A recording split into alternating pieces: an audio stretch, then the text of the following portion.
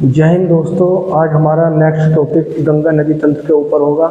इससे पहले हमने सिंधु नदी तंत्र बताया, तो गंगा नदी जो तंत्र है हमारा, यह भी उत्तर भारत की नदी तंत्र में से एक, अपवाह तंत्र में से एक है।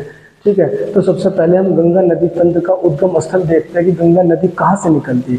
गंगा नदी का जो उद्गम स्थल है, एक तो गोमुख से, दूसरा है सतोपत से। एक गोमुख पर्वत से या गोमुख हिमानी से जो निकलती है, वह निकलती है भागीरथी नदी। वह निकलती है कौन सी? भागीरथी नदी। भागीरथी नदी का जो उद्गम स्थल है वह गोमुख पर्वत है, और दूसरा है अलकनंदा नदी का जो उद्गम स्थल है वो सतोपत ग्लेशियर है। यानी कि भागीरथी और अलकनंदा, इन दोनों के मिलने से गंगा नदी का उदय हुआ।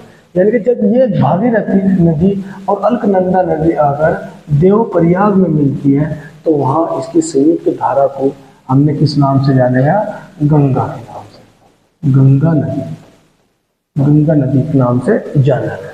ठीक है, तो गंगा नदी की जो लंबाई की बात करें, गंगा नदी भारत की सबसे लंबी नदी है। यह क्या है? भारत की सबसे लंबी नदी है, जिसकी लंबाई 25 किलोमीटर है। 2525 किलोमीटर है, जब तक ये बांग्लादेश में नहीं है। ठीक है, यह यानी कि निकलती कहाँ है? उत्तराखंड से, और जाती कहाँ है? बंगाल की खाड़ी में अपना जल को प्रवाहित करती है। ठीक है, अब इसकी जब बात करते हैं, यह कितने राज्यों से होकर गुजरती है? यह लगभग 5 राज्यों से होकर गुजरती है। 5 राज्यों में एक तो यूपी है, उत्तराखंड, दूसरा उत्तर प्रदेश, यूपी, तीसरा बिहार है, उत्तराखंड है, उत्तर प्रदेश है, बिहार है, फिर है झारखंड है, और लास्ट में वेस्ट बंगाल, यानी कि पश्चिम बंगाल। 1 2 3 4 5, तो यह 5 राज्यों से होकर गुजरती है। अब बात करते हैं कि जो गंगा नदी है, गंगा नदी को भारत की राष्ट्रीय नदी का दर्जा 2008 में दिया गया। 2008 में गंगा नदी को भारत की राष्ट्रीय नदी का दर्जा दिया गया। गंगा नदी को भारत की राष्ट्रीय नदी का दर्जा 2008 में दिया गया। गंगा नदी में स्थित डॉल्फिन केंद्र, डॉल्फिन का जो केंद्र है वह गंगा नदी में जो बनाया गया है, वह बिहार के अंदर पटना राज्य में, पटना जिले में बनाया गया है। ठीक है, अच्छा, दूसरी बात क्या करते हैं, जो गंगा नदी है, गंगा नदी पर सबसे बड़ा जो जिला है वह कौन सा है? ये सवाल लगभग 10 बार आ चुका है। तो वह कौन सा जिला है? कानपुर उत्तर प्रदेश का, यूपी का एक जिला है जो गंगा नदी पर स्थित है, जिसकी गंगा नदी पर सबसे बड़ा जिला है। ठीक है, तो अब बात करते हैं गंगा नदी की सहायक नदियों की। या गंगा नदी को पहले देखते हैं कि गंगा नदी को पश्चिम बंगाल में किस नाम से जाना जाता है। जैसे गंगा नदी को भारत में गंगा के नाम से जाना जाता है, तो वहीं गंगा नदी को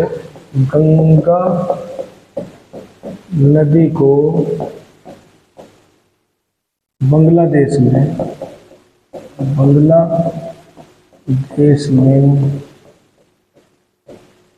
पद्मा नदी के नाम से जाना जाता है। किसके नाम से जाना जाता? पद्मा नदी के नाम से। और जब ये पद्मा नदी ब्रह्मपुत्र नदी से आकर मिलती है, तो अपना एक नया नाम ले लेती है, जिसका नाम है मेघना। तो यानी कि इनकी संयुक्त धारा को मेघना के नाम पर, मेघना ही इसका निर्माण करती है। सुंदरवन डेल्टा, जो विश्व का सबसे बड़ा डेल्टा है, उसका निर्माण कौन करती है?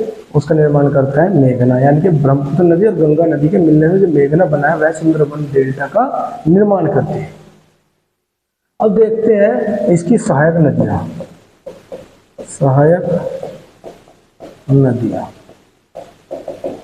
गंगा नदी की सबसे पहले देखते हैं सबसे बड़ी सहायक नदी कौन सी। गंगा नदी की सबसे बड़ी सहायक नदी यमुना नदी है। यमुना नदी है। यमुना नदी। और यमुना नदी का जो उद्गम स्थल है वह कहाँ है? वह है यमुनोत्री। यमुनोत्री, यमुनोत्री से यह निकलती है जो उत्तरकाशी जिले में है और इसका नाम पड़ा है यमुना। यमुनोत्री में भी बंदर पूंछ चोटी से निकलकर यमुना नदी का उद्गम हुआ। और यमुना नदी गंगा नदी की सबसे बड़ी सहायक नदी है जिसकी लंबाई 1310 किलोमीटर है। कितनी है इसकी लंबाई? 1310 किलोमीटर। ठीक है। वहीं दूसरी ओर की यमुना नदी गंगा नदी में कहाँ आकर मिलती है? तो कहाँ आकर मिलती है? प्रयागराज, उत्तर प्रदेश में यहाँ आकर मिलती है, प्रयागराज। ठीक है। तो दूसरा देखते हैं, एक सवाल आता है कि यमुना नदी का प्राचीन नाम क्या था? यमुना नदी का प्राचीन नाम कालिंदी नदी था।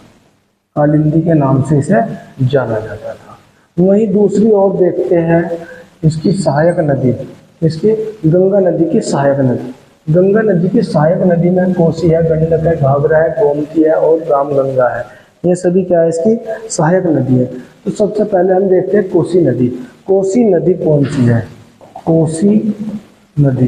कोसी नदी को बिहार का शोक कहा जाता है। बिहार का शोक इसलिए कहा जाता है क्योंकि यह बहुत अधिक तेजी से बहुत अधिक बार अपना रास्ता बदलती है। यदि इसके बहने का क्रम सीधा है तो यह जैसे इसमें पानी आता है तो यह अपना रास्ता मोड़ लेती है और किधर दूसरी ओर को बहना स्टार्ट कर देती है। तो इसलिए कहा गया इसे बिहार का शोक। दूसरी ओर कोसी के बाद में हम देखते हैं घाघरा नदी को। जो घाघरा नदी है या घाघरा नदी है, यह नदी, इस नदी को पहले सरयू नदी कहा जाता था। सरयू, यानी कि सरयू कहाँ है? सरयू जो अयोध्या है वो सरयू के तट पर है, यानी कि घाघरा के तट पर है। तो अयोध्या नगर जो राम नगरी है वह सरयू नदी के तट पर है। ठीक है। तो यानी कि अयोध्या की वजह से सरयू नदी एक फेमस नदी है।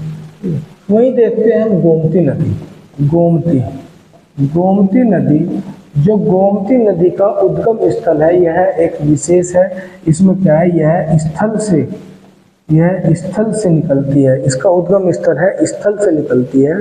ठीक है। क्योंकि स्थल पर स्थित गोमती नदी गोमत ताल या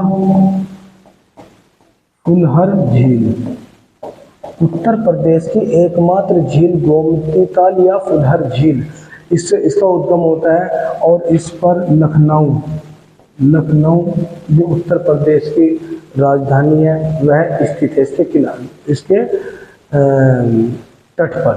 ठीक है। वहीं नेक्स्ट देखते हैं हम दामोदर नदी का जो उद्गम स्थल है वो छोटा नागपुर का पठार है जो झारखंड में स्थित है। और दामोदर नदी बिहार का पश्चिम बंगाल का अभिशाप है। पश्चिम बंगाल का अभिशाप कही जाती है यह नदी। इसके अंदर भी एकदम यानी कि बहुत तेजी के साथ में पानी आता है। इस नदी को जैविक मरुस्थल के नाम से जाना जाता है। इस नदी को क्या जाना जाता है? जैविक मरुस्थल के नाम से जाना जाता है। यह नदी कहाँ से उद्गम हो रहा है? छोटा नागपुर, और आकर यह हुगली नदी में मिल जाती है।